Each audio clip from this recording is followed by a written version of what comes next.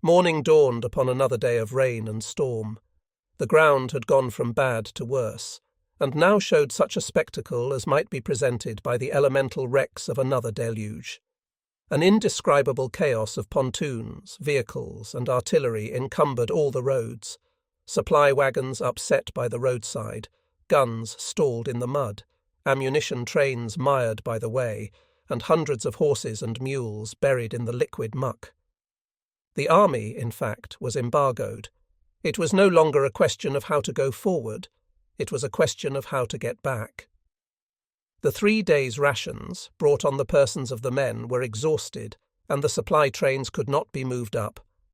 To aid the return, all the available force was put to work to corduroy the rotten roads. Next morning the army floundered and staggered back to the old camps, and so ended a movement that will always live in the recollection of the army as the Mud March, and which remains a striking exemplification of the enormous difficulties incident to winter campaigning in Vai NSA.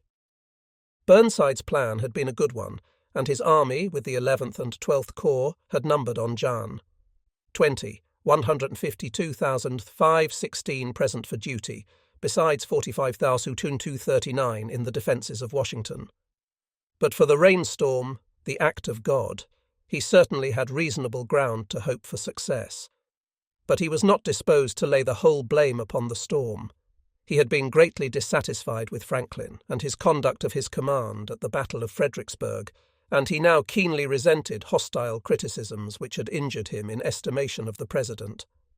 From the scene of the Mud March, he went directly to Washington with an order in his pocket for the President to approve, or else to accept his resignation. He made the issue boldly, first with Hooker, and next with Franklin and his principal officers. The proposed order dismissed from the army Hooker, Brooks, and Newton, commanding divisions, and Cochrane, commanding a brigade in the 6th Corps, and it relieved from further duty with the army Franklin, Smith, commanding the 6th Corps, Sturgis, commanding a division, and Ferrero, a brigade in it, and Taylor, Franklin's ast. Adjutant General Lincoln felt kindly toward Burnside and respected him, but he had now more confidence in Hooker, who had won the sobriquet of Fighting Joe and much general popularity, both in the army and in the newspapers, with his fine bearing and frank manners. So Lincoln met the issue and suppressed the order, relieved Burnside from the command, and gave it to Hooker on Jan. 25. None of the other proscribed officers were disturbed, except Franklin, who was placed on waiting orders and afterward transferred to Louisiana. Soon after the Battle of Fredericksburg, Lee placed his army in winter quarters. Jackson was extended along the river below the town as far as Port Royal, his own headquarters being at a hunting lodge on the lawn of a Mr. Corbin at Moss Neck, 11 miles below Fredericksburg. Longstreet was encamped from a little above Fredericksburg to Massaponax Creek. Lee established his headquarters in a camp a short distance in rear of Hamilton's Crossing. Most of the artillery was sent back to the North Anna River for convenience of supply.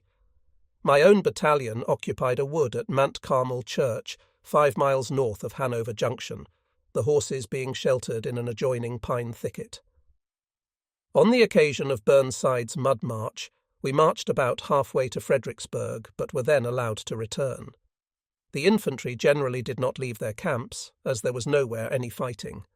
Although so near to Richmond, the army was inadequately clothed, shod, and fed, in spite of Lee's earnest efforts. As far back as April 28, 1862, the meat ration had been reduced from 12 to 8 ounces, and a small extra allowance of flour, 2 ounces, was given. It was claimed that but for this reduction, the supply of meat would not have held out throughout the fall. On Janbach, or 23, 1863, a further reduction was ordered by the Commissary General to 4 ounces of salt meat with 1/8 of a pound of sugar. Lee wrote of the situation on March 27th. The men are cheerful, and I receive but few complaints. Still, I do not consider it enough to maintain them in health and vigour, and I fear they will be unable to endure the hardships of the approaching campaign. Symptoms of scurvy are appearing among them, and, to supply the place of vegetables, Each regiment is directed to send a daily detail to gather sassafras buds, wild onions, garlic, lamb's quarter, and poke sprouts. But for so large an army, the supply obtained is very small. Some idea of the situation is given in the following extracts from a letter of a staff officer of Hayes's LA Brigade to his representative in Congress. Among 1,500 men reported for duty, there are 400 totally without covering of any kind for their feet. These men, of course, can render no effective service, as it is impossible for them to keep up with the column in a march over frozen ground. There are a large number of men who have not a single blanket. There are some without a particle of underclothing, having neither shirts, drawers, nor socks, while overcoats, from their rarity, are objects of curiosity. The 5th Regiment is unable to drill for want of shoes. The 8th Regiment will soon be unfit for duty from the same cause, and indeed, when shoes are supplied, the men will be unable to wear them for a long while. Such is the horrible condition of their feet from long exposure. This destitution, in the way of clothing, is not compensated by close shelter or abundant food, for the troops have no tents, and are almost totally unprovided with cooking utensils for the petty rations they receive. Troops from other states are supplied indeed in a great degree by individual contributions from their homes, while we of Louisiana have received nothing whatever since the fall of New Orleans, with the exception, I believe, of a company of the 9th Regiment. Troops from the more distant states suffered many more privations, both in food and clothing, than those near home. Some of the state governments also did much toward the clothing of their own troops, and private families, too, sent largely both of food and clothing to their members in the armies. Without such help, Confederate officers would often have suffered for food. Early in the war, officers received no rations, but were allowed to purchase from the commissaries for themselves and servants. But as rations became scarce, the privilege of purchase was taken away, and a ration was given each officer. Nothing, however, was allowed for a servant. Thereafter, officers had to divide with their servants and supply the deficiency as best they could. Personally, my mess received constant supplies of bacon and peas from our country homes in SC and Gay, and other articles giving the most nourishment in the least space. Our scarcities were due entirely to insufficient railroad transportation. Before the war, our roads had but a light traffic. They were now loaded with a very heavy one, and as cars, engines, and rails wore out, they could not be replaced. When complaint was made to the Commissary General of insufficient supplies, he would answer, "Stop running passenger trains, and I can run more freight trains and supply you." The great need of rations for the coming summer led the War Department to send Longstreet with 2 divisions for a campaign in the vicinity of Suffolk. Its object was to collect forage and provisions from counties near the Federal lines. The campaign was not initiated by Lee, and he thought that 1 division would have been sufficient, as the result showed. For the little fighting done was unnecessary, being initiated by the Confederates. And, although Lee at Chancellorsville repulsed Hooker's attack, it was poor policy to take the risk of battle against enormous odds, with 1/4 of his infantry absent. As might have been expected, under the difficult circumstances attending our transportation either by wagon or by rail, Pickett's and Hood's divisions could not be gotten back in time for the battle, and our victory was the product of lucky accident combined with sublime audacity, desperate fighting, and heavy losses. Hooker proved himself a good organizer. When placed in command, the army was much discouraged and desertions were numerous. Hooker abolished the grand divisions, devised a system of furloughs as a check to desertion, improved the transportation and supply departments, and organized his cavalry into a corps. In addition, he instituted the system of badges, showing at a glance the corps and division to which the wearer belonged. It was simply a piece of flannel, sewed on the top of the cap, whose shape designated the corps, and its colour the division. A circle indicated the 1st Corps, a trefoil the 3rd, a lozenge the 3rd, a Maltese cross the 5th, a Latin cross the 6th, a crescent the 11th, and a star the 12th. These shapes cut from red flannel were worn by the 1st Divisions, from white flannel by the Sode, from blue flannel by the 3rd, and from green flannel by the 4th Divisions, should there be so many. Discipline, drill, and instruction were well maintained, supplies of all kinds abundantly furnished. The spirit of the men revived with the consciousness of their immense superiority in numbers and equipment, and it was with good show of reason that Hooker spoke of his army when it took the field as the finest army on the planet. His organization was as follows, with the strength of each corps present for duty equipped on April 30th. The nearest Confederate return is for March 21st. It is not entirely complete for the artillery and cavalry, but estimating for them, Lee's organization and strength at that date was as follows. Allowing for about 3,500 reinforcements during the month of April, Lee's whole force was about 60,000, of whom some 57,000 were infantry and artillery. Of these arms, Hooker had about 122,000. Each commander planned to take the initiative. Hooker knew that he had double Lee's infantry and great superiority in artillery, and he desired only to get at Lee away from breastworks. On April 13th, he ordered Stoneman's cavalry upon a raid to Lee's rear, which expedition was to be the opening of his campaign. A rainstorm on the 14th, lasting 36 hours, halted the movement after its leading brigade had forded the Rappahannock. The brigade was recalled, having to swim horses across the fast-rising river, and 2 weeks elapsed before the movement could be renewed. It was intended that Stoneman should destroy the railroads, which would force Lee to retreat. Stoneman should then harass and delay him as he fell back, pursued by Hooker. Lee's proposed campaign was another invasion, this time of Pennsylvania. He could neither attack Hooker nor even threaten his rear across the Rappahannock. But he could again sweep the valley and cross the Potomac, and beyond, both Lee and Jackson imagined great possibilities. 3 months later, the opportunity offered, and Lee put it to the test. But his great lieutenant, Jackson, was no longer at the head of his Tude Corps. On April 29th, Lee found himself anticipated by Hooker's having, the night before, laid pontoon bridges across the Rappahannock below Deep Run at the site of Franklin's Crossing in December. Hooker had commenced his movement on the 27th by going with the 5th, 11th and 12th Corps to cross the Rappahannock at Kelly's Ford, above the mouth of the Rapidan, 27 miles from Fredericksburg.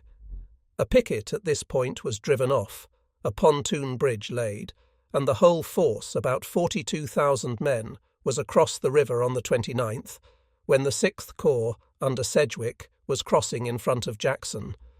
Hooker immediately pushed his force by 2 roads from Kelly's to Germanna and Ely's fords of the Rapidan, about 11 miles off, and on arriving the troops forded, although the water was nearly shoulder deep.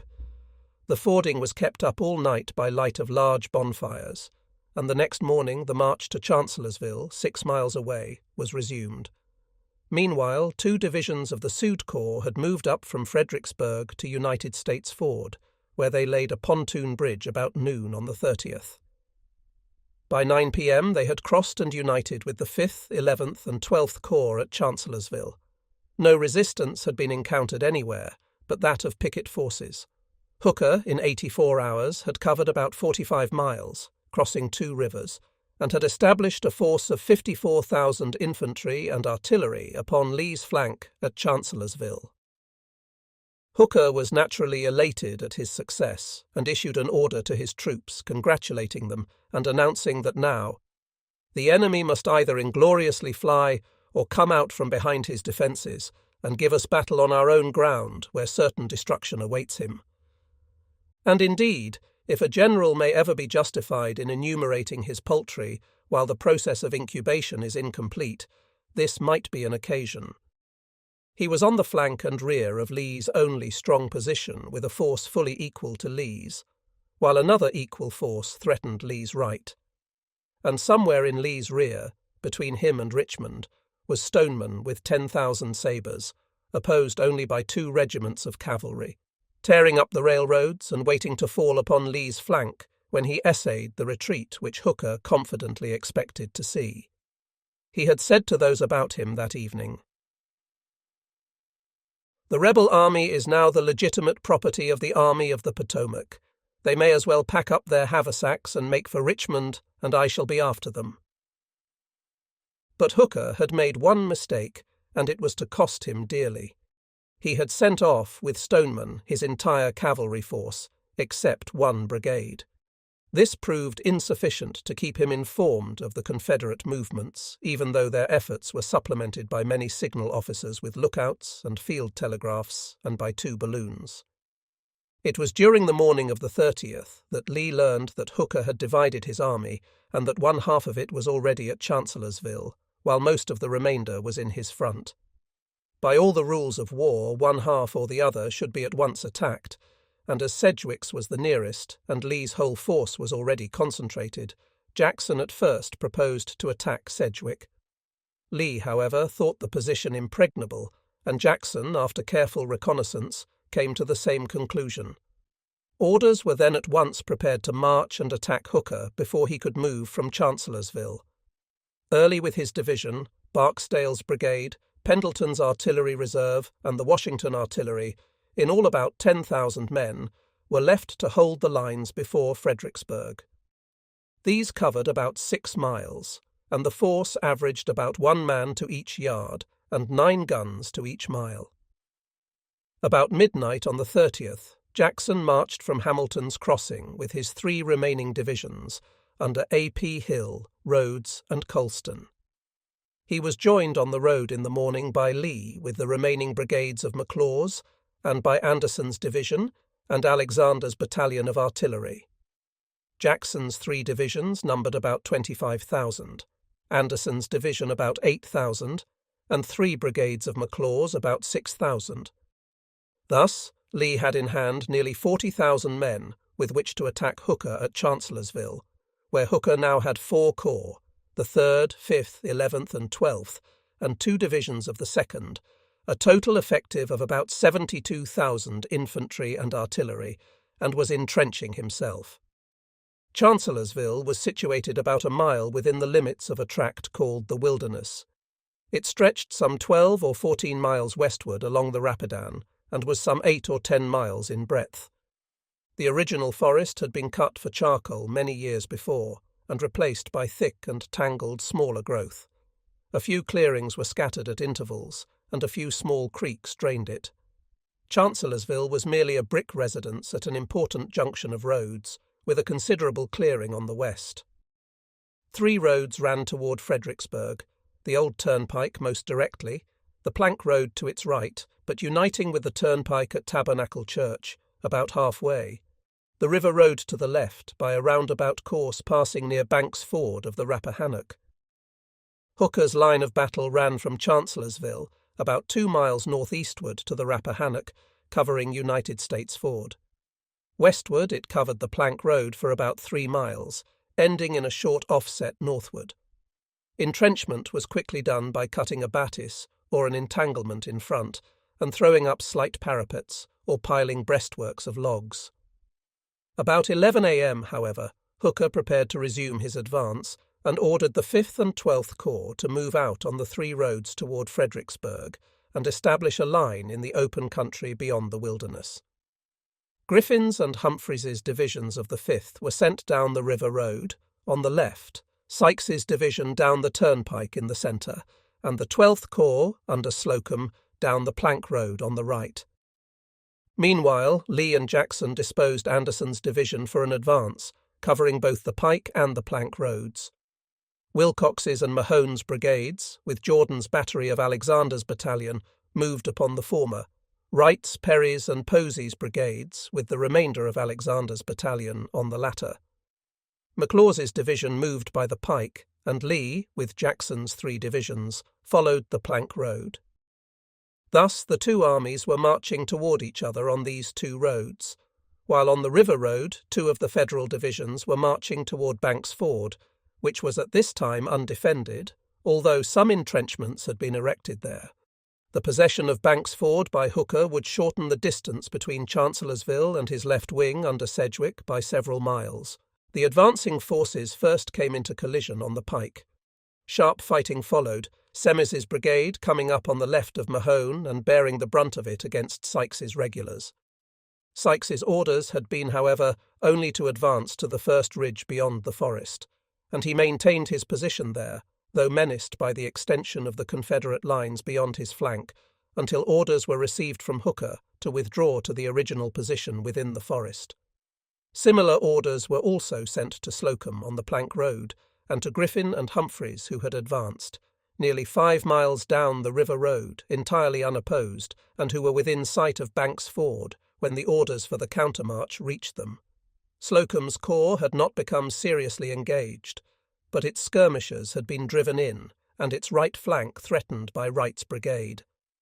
This advanced upon the line of an unfinished railroad, which, starting from Fredericksburg, ran through the wilderness generally a mile or two south of the Plank Road. Up to the moment of the withdrawal of his troops, Hooker's campaign had been well planned and well managed, and its culmination was now at hand in the open field, as he had desired. He could scarcely hope for more propitious circumstances, and by all the rules of the game, a victory was now within his grasp. His lieutenants received the order to fall back with surprise and regret. The advance, upon both the Plank Road and the Pike, had cleared the forest and reached fairly good positions. An officer was sent to Hooker to explain and request permission to remain, but he returned in a half-hour with the orders repeated. Hooker has been severely blamed for these orders, subverting all the carefully prepared plans only published to the army that morning. It is interesting to learn the cause. Reports from the balloons and signal officers had informed him of the march of a force toward Chancellorsville, estimated at 2 corps. Rumours had also been brought by deserters, the night before, that Hood's division had rejoined Lee, coming from Suffolk, but Hooker's information from Fortress Monroe should have shown that to be impossible. There is no sign of any hesitation upon his part until 2 p.m. At that hour he wired Butterfield, his chief of staff, at Falmouth. From character of information have suspended attack. The enemy may attack me. I will try it. Tell Sedgwick to keep a sharp lookout and attack if he can succeed. This dispatch makes clear Hooker's mind. He realized from the rapid manner of Lee's approach and from the sounds of battle already heard, both on the Pike and the Plank Road, that Lee meant to attack. He had confidently expected Lee to retreat without a battle, and finding him instead so quick to take the aggressive, he lost his nerve and wished himself back on the line he had taken around Chancellorsville, where he would enjoy the great advantage of acting upon the defensive. He had seen in Deck the enormous advantage which even slight breastworks could confer, and now he saw the chance of having his battle a defensive one behind entrenchments. It was surely the safest game to play, and Hooker is fully justified in electing to play it. No remonstrances shook his confidence in the least. He said to Couch, "It is all right, Couch. I have got Lee just where I want him. He must fight me on my own ground." Orders were given to entrench, and work was at once begun with abundance of men and tools, and it was pushed during most of the night. Couch says, "At 2 a.m., the corps commanders reported to General Hooker that their positions could be held.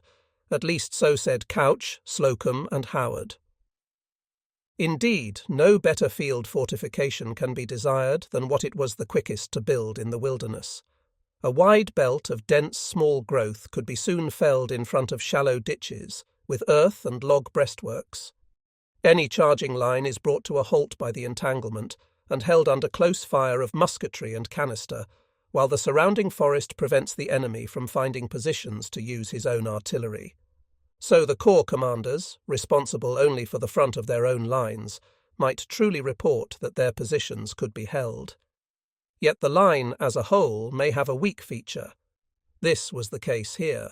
Its right flank rested in the air, and was not even covered by a curtain of cavalry. Hooker, however, was not entirely blind to this weakness of his line. He inspected it early next morning, May 2nd, and ordered changes and enjoined vigilance, which might have saved him from the surprise of the afternoon had he not, like Pope in his campaign of the previous fall, failed to fathom the boldness of Lee's designs even after discovering the Confederate movements. Lee appreciated that Hooker's withdrawal into the wilderness was not forced, but to fortify and concentrate.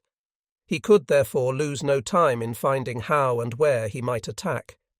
Until nightfall, the skirmishes were pushed forward everywhere in order to locate the exact position of the enemy. The result is briefly given in Lee's report, as follows. The enemy had assumed a position of great natural strength, surrounded on all sides by a dense forest, filled with a tangled undergrowth, in the midst of which breastworks of logs had been constructed, with trees felled in front so as to form an almost impenetrable abattis. His artillery swept the few narrow roads by which his position could be approached from the front and commanded the adjacent woods. Hooker had indeed manoeuvred Lee out of his position without a battle. There was now nothing left but to attack the greatly superior force in the impregnable position, or to attempt a retreat already dangerously delayed. But presently there came some more cheerful news. Fitzhugh Lee, who held the extreme left of our cavalry, had also reconnoitred the enemy, and had discovered that his right flank was in the air. The one chance left to Lee was to pass undiscovered entirely across the enemy's front and turn his right flank. The enterprise was of great difficulty and hazard. To try it and fail meant destruction. For the army, already divided, must now be further subdivided, and the largest fraction placed in a position whence retreat would be impossible. Only a very sanguine man could even hope that 15 brigades, with over 100 guns, could make a march of 14 miles around Hooker's enormous army without being discovered. The chance, too, must be taken of aggressive action by the enemy at Fredericksburg or Banks Ford, even if Hooker himself did nothing during the 8 hours in which the flanking force would be out of position in a long defile through the forest. But no risks appalled the heart of Lee, either of odds or position, or of both combined.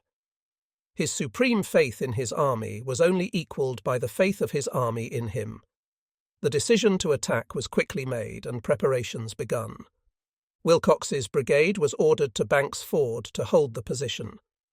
This precaution was well taken, for after midnight of the 1st, Hooker ordered Reynolds's corps to leave Sedgwick and join the army at Chancellorsville. Reynolds started at sunrise and marched by Banks Ford, where he expected to find a bridge. But, as has been told, Griffin's and Humphreys's divisions, after being within sight on the afternoon of the 1st, had been recalled. Wilcox, at dawn on the 2nd, had occupied the trenches. So Reynolds, arriving after sunrise and seeing Confederates in possession, continued his march on the north side and crossed at United States Ford. Anderson's 4 remaining brigades, with McLaws's 3, were ordered to entrench during the night. Jackson, with his 3 divisions, his own artillery, and Alexander's battalion of Longstreet's corps, were assigned to make the march through the wilderness and turn Hooker's right. Lee himself would remain with McLaws's and Anderson's troops and occupy the enemy while the long march was made. Cheering was forbidden, and stringent measures taken to keep the column closed. Fitz-Lee, with his cavalry, would precede the infantry and cover the flank. 2 hours after sunrise, Lee, standing by the roadside, watched the head of the column march by, and exchanged with Jackson the last few words ever to pass between them. Rhodes's division led the column, Colston's division followed, and A.P. Hill's brought up the rear. The sun rose on May 2nd a few minutes after 5, and set at 6:50 p.m. The moon was full that night.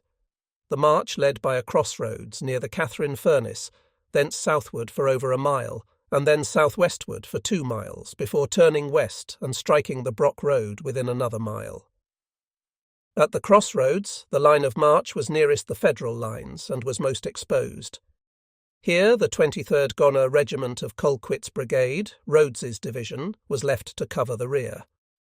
When the line of march reached the Brock Road, it turned southward for about a mile, and then, almost doubling back upon itself, it took a woods road running a trifle west of north, nearly parallel to the Brock Road itself, and coming back into it about 3 miles north of the point at which it was first entered. This made a route 2 miles longer than would have been made by turning northward when the Brock Road was first reached. And as this part of the road was farthest of all from the enemy, over 3 miles, and in the densest woods it would seem that 2 miles might have been saved, had there been time and opportunity for reconnaissance. Where the Brock Road crossed the Plank Road, the column halted, while Fitz-Lee took Jackson to the front to a point whence he could see the Federal lines, with arms stacked, in bivouac behind their entrenchments and utterly unconscious of the proximity of an enemy. Until that moment it had been uncertain exactly where Jackson would attack.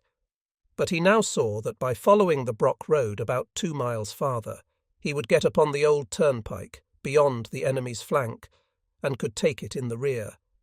So the march was at once resumed to reach that position.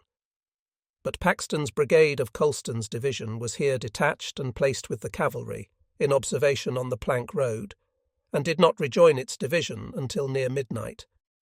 The head of the column made about 2.5 miles an hour, the rear about 1.5, for in spite of all efforts the column lost distance.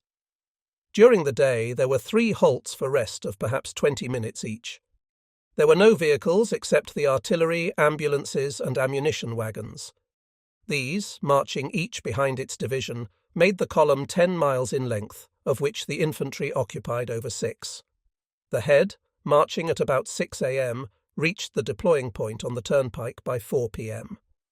The distance had proven greater than anticipated, and time was now of priceless value. Meanwhile, the movement, though misunderstood, had been detected by the enemy.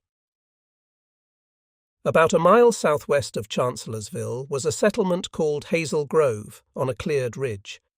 From this ridge, about 8 a.m., Birney of Sickles's corps discovered a column of infantry, trains and artillery passing his front. He brought up a battery and opened on the train at a range of 1,600 yards, throwing it into much confusion and compelling it to find other routes around the exposed point. Jackson sent a battery to reply and check the enemy from advancing. Sickles came to Birney's position and observed Jackson's column.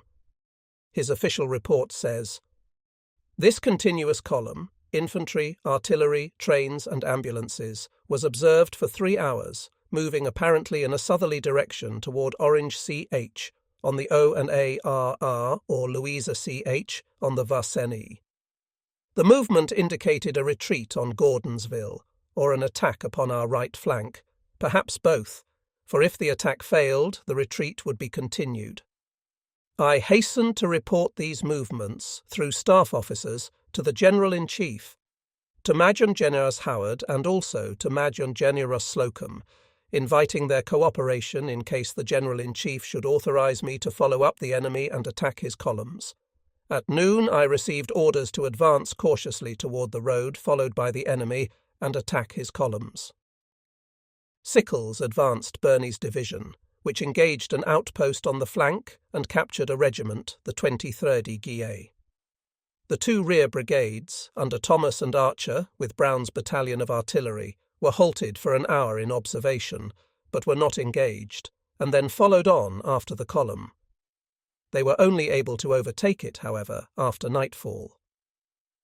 It was about 4 p.m. when the head of Jackson's column began its deployment on both sides of the Plank Road, beyond Hooker's right in the tangled forest, and it was nearly 6 p.m. when 8 of the 12 brigades now in his column had formed in 2 lines of battle, and one of the remaining 4 in a third line. Meanwhile Sickles, though now unopposed in front, had brought up Whipple's division of his own corps, and, having asked for reinforcements, had also received Barlow's brigade from the right flank of the 11th Corps, Williams's division of the 12th Corps, and 3 regiments of cavalry and some horse artillery under Pleasanton. Posey's brigade held the left flank of Lee's line of battle in Hooker's front, while Jackson conducted the flanking movement. Posey had a strong force of skirmishers in front, which became hotly engaged with the left flank of Sickles's advance when it engaged Jackson's rear guard. While bringing up their reinforcements, the Federals made several efforts to carry Posey's position, but were always repulsed. Sickles then planned to outflank and surround it, but he had been so slow that before he was ready to act, Jackson had attacked, and Sickles was hastily recalled. Otherwise there might have been a strange spectacle. Sickles might have routed Anderson at the same time that Jackson was routing Howard.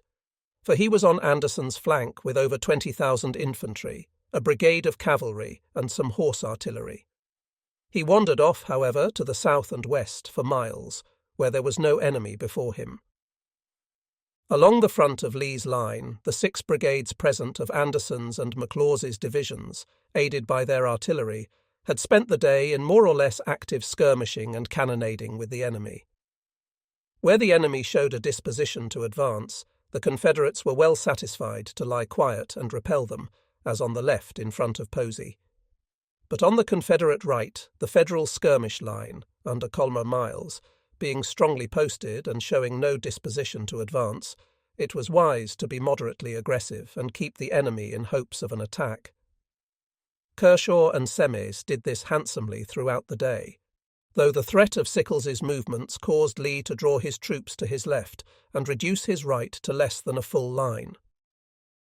About 6 p.m., the sun being then about 1 hour high, Jackson gave the signal to Rhodes to move forward. His brigades were in the following order from left to right: Iverson, O'Neill, Doles, and Colquitt, with Ramseur's brigade 100 yards in rear of Colquitt on the right. Colston's 3 brigades formed in line with Ramseur, and in the following order from the left: Nichols, Jones, Warren. About half of each division was on each side of the pike, and 2 Napoleons of Breathitt's horse artillery stood in the pike ready to follow the skirmishers. 200 yards behind Colston, A.P. Hill had deployed Pender on the left of the pike. Lane, McGowan, and Heath were coming in column down the pike. Archer and Thomas were following, but some miles behind. Jackson had made his play so far with fair success, and he now stood ready with over 20,000 men to surprise Howard's 13,000. He was sure of an important victory, but the fruits to be reaped from it would be limited for 2 reasons. First, 2 brigades were some hours behind, for Archer, without orders, had taken them to protect the rear. Second, there were now but 2 hours of daylight left, and only in daylight can the fruits of victories be gathered. The question is suggested whether or not time had been anywhere lost unnecessarily. It would seem that 12 hours should not be needed to march 14 miles and form 20,000 men in line of battle. Briefly, it may be said that with good broad roads, or with troops formed, ready to march at the word, and disciplined to take mud holes and obstructions without loss of distance, 2 hours could have been saved. But none of these conditions existed. Especially was time lost in the morning in getting the column formed. Rhodes reports it about 8 a.m. before the start was made. Further on, his report notes, a delay was caused by an endeavour on our part to entrap some Federal cavalry. There may have been, during the morning, lack of appreciation of the value, even of the minutes, in an enterprise of the character now on foot, and an inadequate idea of the distance to be covered. Some time was also lost in deploying Pender's brigade in the 3rd line just before the charge was ordered. It would have saved a half-hour of great value to have ordered the charge as soon as the 2D line was formed, and allowed A.P. Hill's division to follow Rhodes and Colston in column from the first, as they actually did at last. For after advancing some distance through the tangled undergrowth, Pender's brigade was brought back to the road and placed at the head of the column for the rest of the advance.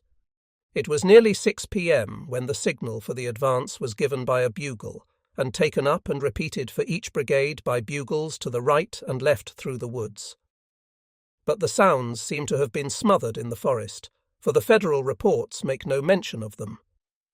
Their first intimation of anything unusual was given by wild turkeys, foxes, and deer, startled by the long lines of infantry and driven through the Federal camps. Then came shots from the Federal pickets, and then the guns on the turnpike opened and were soon followed by Confederate volleys and yells, impressing upon the enemy the fact that an overwhelming force had surprised them. Nevertheless, a gallant effort at resistance was made. The extreme right of the Federals was held by von Gilser's brigade of 4 regiments, about 1,400 strong, which was formed, a half facing south and half facing west. They stood to fire 3 volleys, but by that time the Confederate lines were enveloping their flanks, and enfilade and reverse fire was being opened upon them. Only prompt flight could save the brigade from annihilation. After the third volley, the brigade very wisely took to its heels and made its escape with a loss of 264 killed, wounded, and captured. 2 guns with von Gilsa were also captured. The next brigade to the left, Maclean's, endeavoured to change front, but it did not take long for the stern facts of the situation to become clear to every man of the brigade. As the canister fire of the Confederate guns was added to the enfilade fire of the Confederate infantry, this brigade also dissolved into a mass of fugitives, and 2 more guns, serving with them, were captured. But that they had fought well is shown by their losses, which were 692 out of about 2,500. The division commander and 4 out of 5 regimental commanders were killed or wounded. For a while now the fight degenerated into a foot race. Howard's original force of 13,000 had been reduced to 10,000 by the sending off of Barlow's large brigade. Of the 10,000, in a half hour 4,000 had been routed. The Confederates, recognizing the importance of pushing the pursuit, exerted themselves to the utmost. The lines broke into the double quick wherever the ground was favourable, stopping only to fire at fugitives or when completely out of breath. The horse artillery kept nearly abreast, and directed its fire principally at the Federal batteries which endeavoured to cover the retreat. Some of these were fought gallantly, and some were overrun and captured. More might have been, and more prisoners taken, but for a blunder by Colquitt. His brigade was on the right of the front line, and its advance was least obstructed either by woods or the enemy. It could have moved most rapidly, and might have narrowed the enemy's avenue of escape. Jackson's instructions had been explicit. Rhodes's report says, "Each brigade commander received positive instructions which were well understood. The whole line was to push ahead from the beginning, keeping the road for its guide. Under no circumstances was there to be any pause in the advance." Ramseur's brigade was ordered to move in rear of Colquitt's and to support it. Colquitt, early in the advance, halted to investigate a rumour of a body of the enemy on his right flank, which proved to be a small party of cavalry. He delayed, so that neither his brigade nor Ramseur's rejoined the line until late at night. Thus 2 brigades, by disregard of instructions and without need, were kept entirely out of action during the whole afternoon. So it happened that 5 of Jackson's 15 brigades, Thomas, Archer, Paxton, Colquitt, and Ramseur, were missing from his line of battle during the whole afternoon, and as A.P. Hill's 4 remaining brigades were not deployed until after dark, only 6 brigades were in the attack and pursuit of the 11th Corps, to wit, Rhodes, Doles, and Iverson of Rhodes's division, and Jones, Warren, and Nichols of Colston's division. The great advantage of the Confederates lay in their being able to bring the centre of their line of battle against the flank of the enemy's line. This overwhelmed the 2 right brigades in a very short while, as we have seen, and the line pushed rapidly on, hoping to overwhelm the succeeding brigades likewise, one at a time. The next division was Schurz's of 2 brigades, in line of battle along the Plank Road, with 2 batteries which took positions and fired on the approaching Confederates. Schurz endeavoured to form at right angles to their approach, but the mass of fugitives with wagons, ambulances, beef cattle, etc., entirely overwhelmed some of his regiments, and only 2 or 3 isolated ones were able to march in good order and, facing about, to fire from time to time at their pursuers.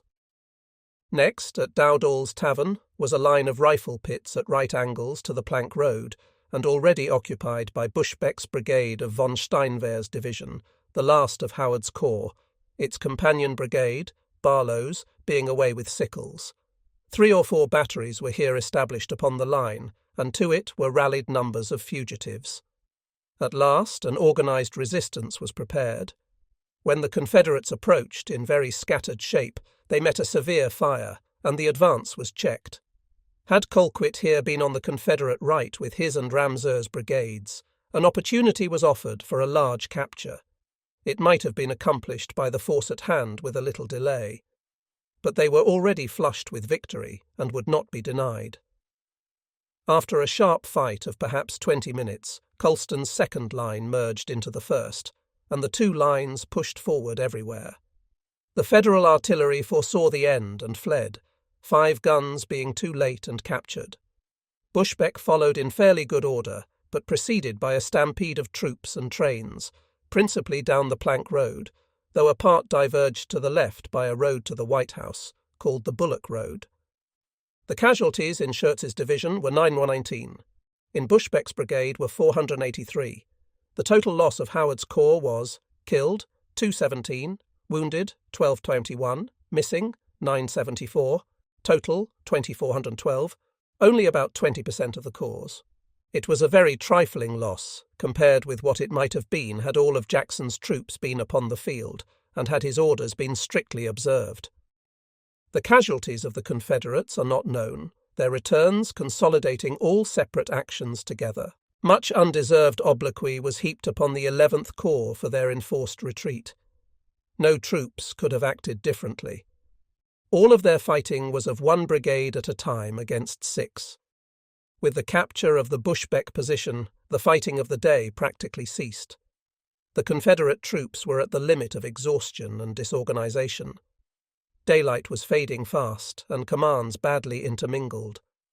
The pursuit was kept up, however, for some distance, although the enemy was no longer in sight. A few hundred yards beyond the Bushbeck position, the Plank Road entered a large body of forest, closing on both sides of the road for nearly a mile before the open Chancellorsville Plateau is reached. At the entrance of the wood, a single Federal gun with a small escort was formed as a rearguard, and followed the retreat to Chancellorsville without seeing any pursuers. A notable case of acoustic shadows occurred during this action. Sickles, some 2.5 miles away, heard nothing of the attack upon Howard until word was brought him, which he at first refused to believe. At 6:30 p.m., Hooker sat on the veranda of the Chancellorsville house in entire confidence that Lee was retreating to Gordonsville and that Sickles was among his trains. Faint sounds of distant cannonading were at first supposed to come from Sickles. Presently, an aide looking down the road with his glass suddenly shouted, "My God! Here they come!" All sprang to their horses, and riding down the road, met in a half-mile the fugitive rabble of Howard's corps, and learned that Jackson, with half of Lee's army, had routed the Federal flank. Had there been some hours of daylight, Hooker's position would have been critical, for Lee and Jackson were now less than 2 miles apart, and between them were of infantry less than 2 divisions, Geary's of the 12th Corps in front of Lee, and 2 brigades of Berry's of the 30 near the path of Jackson. But darkness puts an embargo upon offensive operations in a wooded country. Troops may be marched during the night where there is no opposition, but the experiences of this occasion will illustrate the difficulty of fighting, even when the moon is at its best. The night restored to the Federals nearly all the advantages lost during the day. Hooker acted promptly and judiciously. Urgent recalls were sent for Sickles and his entire force. His advance had gone 2 miles to the front and was preparing to bivouac when orders overtook it. It did not reach the field until after 10 p.m. The force first available against Jackson was the artillery of the 12th Corps, for which a fine position was offered along the western brow of the Chancellorsville Plateau, south of the Plank Road. This position was known as Fairview, and it now became the key point of the battle. In front of it, the open ground extended about 600 yards to the edge of the forest. A small stream, between moderate banks at the foot of the plateau, offered shelter for a strong line of infantry in front of the guns. Here, within an hour, was established a powerful battery of 34 guns, and during the night all were protected by parapets. The position was essentially like the Confederate position at Mary's Hill before Fredericksburg, but on a larger scale. The forest in front offered no single position for a Confederate gun. Only from one point could it be assailed by artillery. Across the stream in front, about 1,000 yards obliquely to the left, was the small settlement called Hazel Grove, occupying some high open fields, from which, as has been told, Birney had that morning discovered Jackson's march. Hazel Grove offered excellent positions for attacking the Fairview lines, but Hazel Grove was itself within the Federal lines, and about sundown was occupied by a few cavalry with some artillery of the 3D Corps and some miscellaneous trains. The only Federal infantry near at hand when the fugitives reached Chancellorsville were Carr's and Revere's brigades of Berry's division of the 3D Corps. These brigades were formed in line of battle in the forest north of the Plank Road, with their left resting on the guns at Fairview. Here they promptly set to work to entrench themselves in the forest across the Plank Road and to cut an abattis in front. They were soon reinforced by Hayes's brigade of French's division of the Secours Corps, and later by Mott's, the remaining brigade of Berry's division, which had been guarding bridges at United States Ford. Meanwhile, as darkness fell, the Confederate pursuit died out upon entering the forest beyond the open lands about Dowdall's Tavern. The cessation was not voluntary on Jackson's part, but it was necessary that Rhodes's and Colston's divisions should be reformed and that Hill's division should take the lead. It had followed the pursuit, marching in column, and was in good order and comparatively fresh. The other divisions were broken, mingled, and exhausted, and several brigades were far behind. During the long pause in the advance, while Hill's brigades led into the woods to the right and left, and the disorganized brigades were withdrawn to reform, Jackson impatiently supervised and urged forward the movements. It is possible that he proposed to push his attack down the Bullock Road, which a short distance ahead diverged to the left toward the river, instead of following the Plank Road to Chancellorsville, as he had said to Hill. "Press them, Hill! Press them! Cut them off from United States Ford!" It would, however, have been an error to make such a diversion, for the attack would have met an overwhelming force. Its only hope of success was to reunite with Lee at Chancellorsville with the least delay. Meanwhile, partaking of the impatience of Jackson, his chief of artillery, Collier Crutchfield, pushed some guns forward on the Plank Road and opened a random fire down it toward Chancellorsville, now less than a mile away. It was an unwise move, for it provoked a terrific response from the 34 guns now in position upon Fairview Plateau. The Plank Road was now crowded with troops and artillery in column, and the woods near it were full of the reorganizing brigades. Under such a fire, even in the dim light of the rising moon, great confusion soon resulted, and although actual casualties were few, it became necessary to discontinue our fire before order could be restored and the formation of the line of battle be resumed. Lane's NC Brigade was at the head of Hill's division. One regiment, the 33D, was deployed and sent some 200 yards ahead as skirmishers, and the other four formed line of battle with the centre on the Plank Road in the following order from left to right: 28th, 18th, 37th, 7th. The Bullock Road here diverged to the left toward United States Ford, but the enemy was evidently close in front, and Jackson said to Lane, "Push right ahead, Lane, right ahead."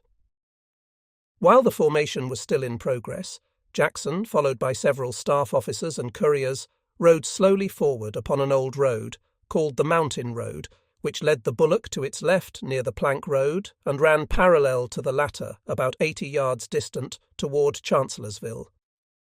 Up this road the party advanced for 100 or 200 yards, but not passing the 33rd NC skirmish line. They then halted and listened for a while to the axes of the Federals, cutting abattis in the forest ahead. Beyond the Plank Road, the Federal troops who had been off with sickles were now returning, and were slowly working their way to reoccupy some breastworks which had been built the night before in the forest south of the Plank Road. Between their skirmishers and those of the 33rd NC on their side of the Plank Road, there suddenly began some firing. The fire spread rapidly in both directions along the picket lines and was presently taken up by Federal regiments and lines of battle in the rear. Jackson, at the head of his party, was slowly retracing his way back to his line of battle when this volley firing began. Magion Barry, on the left of the 18th NC, seeing through the trees by the moonlight a group of horsemen moving toward his line, ordered his left wing to fire.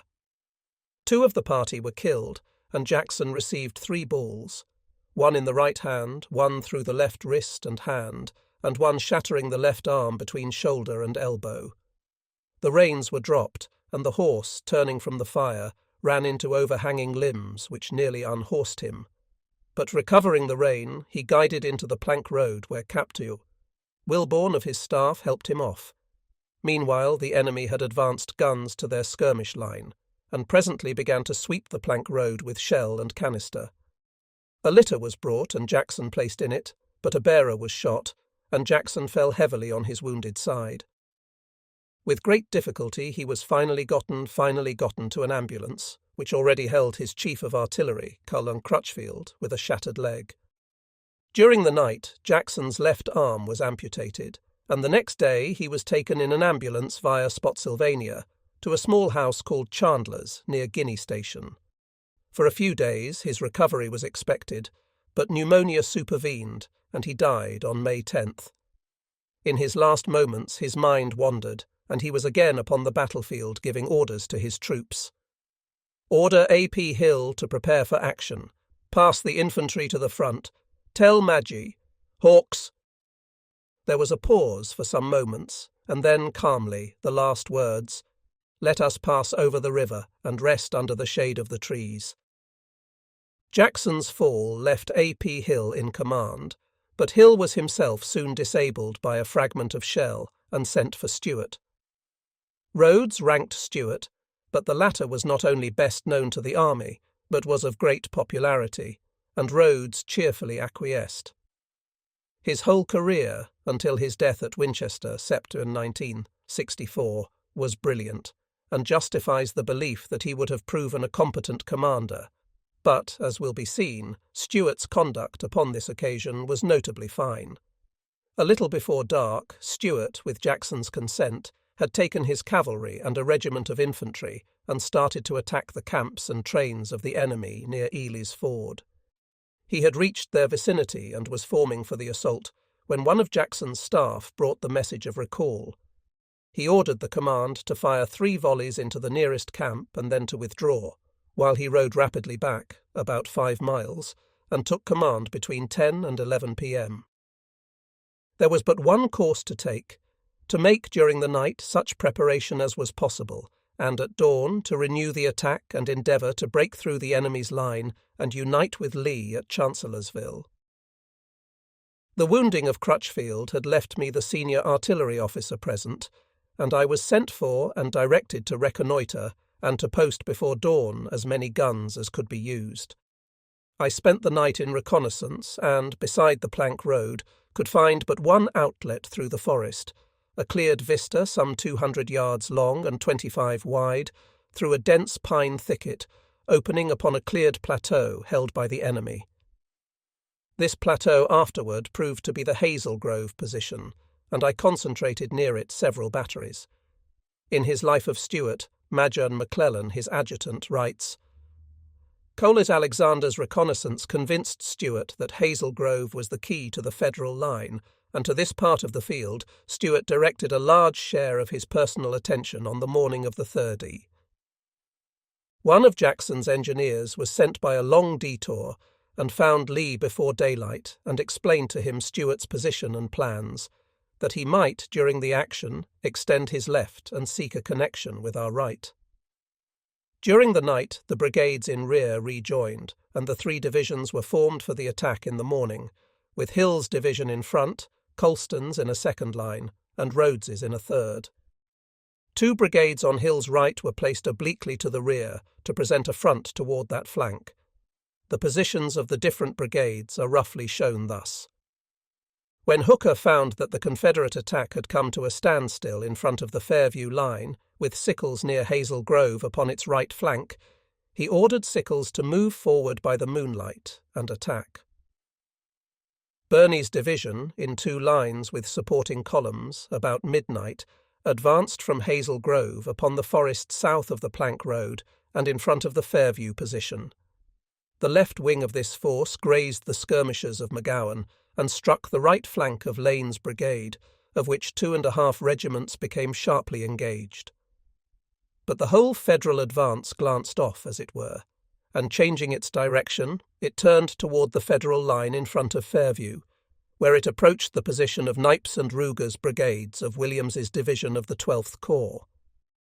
Hearing their noisy approach and believing them to be Confederates, the Fairview guns and infantry opened fire upon the woods, while the approaching lines were still so distant that they were unable to locate their assailants and supposed the fire to come from the Confederate line. And now, for a long time, for 1 or perhaps 2 hours, the Confederates listened to a succession of furious combats in the forest in their front, accompanied by heavy shelling of the woods, volleys of musketry, and a great deal of cheering. Our pickets and skirmish lines were forced sometimes to lie down or seek protection of trees from random bullets, but we had no other part in it. It extended northward sometimes, even across the plank road, and the official reports of many Federal officers give glowing accounts of the repulse of desperate Confederate attacks, and even of the capture of Confederate guns. These stories were founded on the finding of some Federal guns, which had been abandoned in one of the stampedes of the afternoon. Colin Hamlin's book, above referred to, says, "Some of the reports of this midnight encounter are missing, and their publication will throw much light on the details. On the Federal side, it was undoubtedly a mixed-up mess, and some of the regiments complain of being fired into from the front and from both flanks. At all events, after reading the reports of General Sickles at the time, and his statement a year afterward to Congress, the brilliant array of gallant troops in the moonlight, the bold attack, the quick return of one of the columns to be stopped by the bayonets of the 63rd PAR, the advance of the other column deflecting to the right until it met General Slocum in person. Certainly there is occasion for a slight smile on the part of the reader, and this smile may be lengthened on reading the story of General de Trobriand, who was a participator, or the account left by Colonel Underwood of the 23rd Mass, who returned from the depths of the wilderness in time to witness and describe the ludicrous scene. Hooker had little cause for apprehension after darkness had come to his relief, yet the shock to his overconfidence had been so severe that his only new dispositions were defensive. Yet he had over 60,000 fresh troops present, while Lee had on the east but about 16,000 and on the west about 24,000. His first care was to order the entrenchment of an interior line, upon which he could fall back in case Stuart forced his way through to a junction with Lee. A short line was quickly selected, of great natural strength, behind Hunting Run on the west and behind Mineral Spring Run on the east, with both flanks resting on the river and covering his bridges. This line will be more fully described and referred to later. It took in the White House, some 3/4 of a mile in the rear of Chancellorsville, and was probably the strongest field entrenchment ever built in Vay. Next, Hooker sent orders to Sedgwick at 9 p.m. as follows. The Major General commanding directs that you cross the Rappahannock at Fredericksburg on receipt of this order, and at once take up your line of march on the Chancellorsville Road until you connect with him, and will attack and destroy any force you may fall in with on your road. You will leave all your trains behind, except pack trains of your ammunition, and march to be in the vicinity of the General at daylight. You will probably fall upon the rear of the forces commanded by General Lee, and between you and the Major General, commanding, he expects to use him up. Send word to General Gibbon to take possession of Fredericksburg. Be sure not to fail. These orders were good, and would have ensured victory had they been carried out. And Hooker took a further precaution, most desirable whenever important orders are issued. He dispatched a competent staff officer, General Warren, his chief engineer, to supervise their execution.